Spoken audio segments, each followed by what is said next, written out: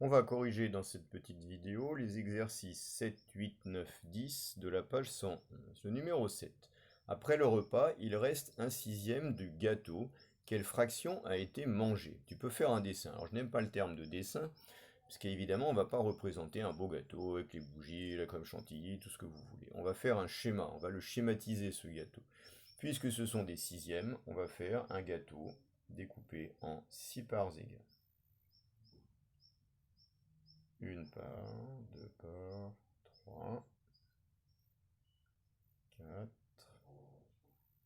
5 et 6. 1, 2, 3, 4, 5, 6 parts égales. Mon gâteau est coupé en sixième. Alors, il reste un sixième du gâteau. Voilà ce qu'il reste. Puisqu'ici, voilà, un sixième, c'est ce qu'il nous reste. Alors on doit avoir des gros gourmands, puisque s'il reste seulement un sixième, ça veut dire que tout le reste, tout cela, a été mangé. Donc quelle fraction a été mangée? Ben, on est toujours dans un découpage en sixième. Donc 1 sixième, 2 sixièmes, 3 sixièmes, 4 sixièmes, 5 sixièmes. 5 sixièmes du gâteau a été mangé.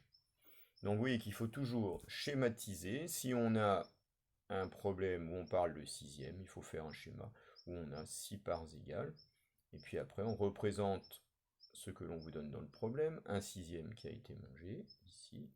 Et puis après, on a la réponse qui s'affiche tout de suite. Donc vous voyez qu'il n'y a pas de calcul en soi, hein, c'est que de la logique. Numéro 8. J'ai 12 euros dans ma tirelire, j'en dépense un tiers. Ah, là c'est un petit peu plus compliqué. Donc, il faudrait représenter 12 euros. Quand je demande aux élèves de représenter 12 euros, en général, j'ai droit à ça.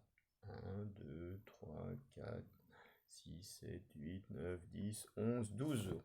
Voilà. Alors, c'est pas extrêmement pratique pour faire des fractions. Moi, je préfère représenter 12 euros, où je vais faire comme ceci.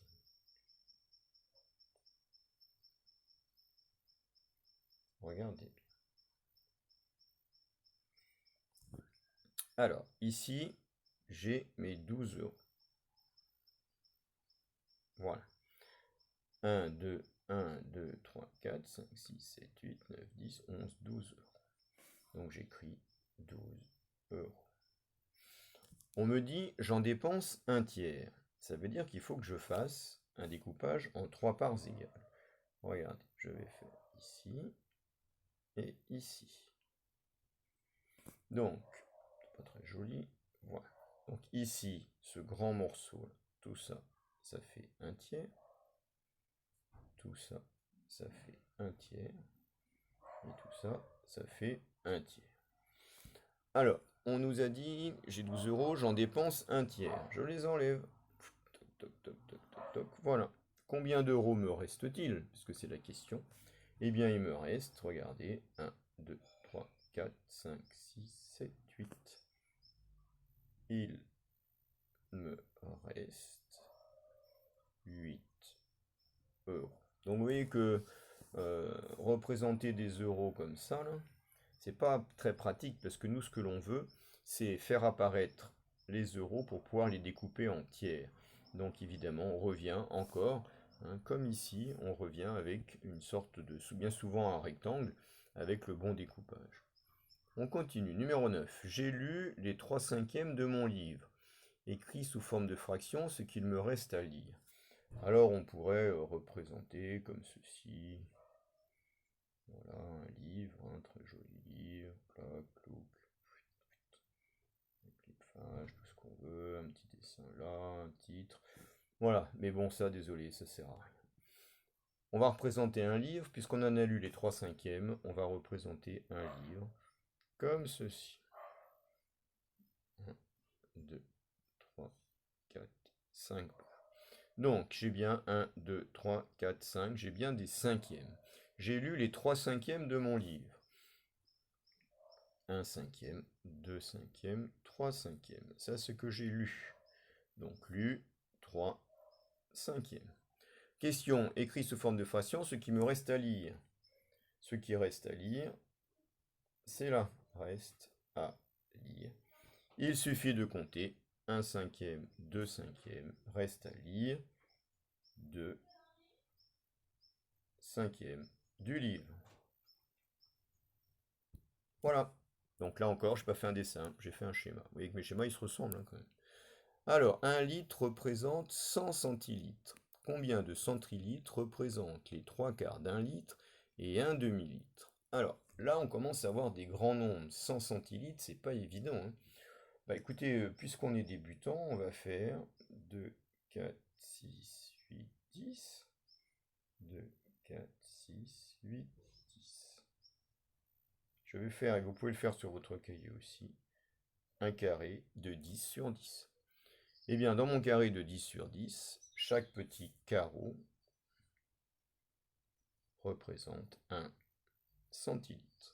Voilà, ça c'est un centilitre. Je les dessine pas tous quand même. Combien de centilitres représentent les 3/4 d'un litre? Ça veut dire qu'il faut couper en combien?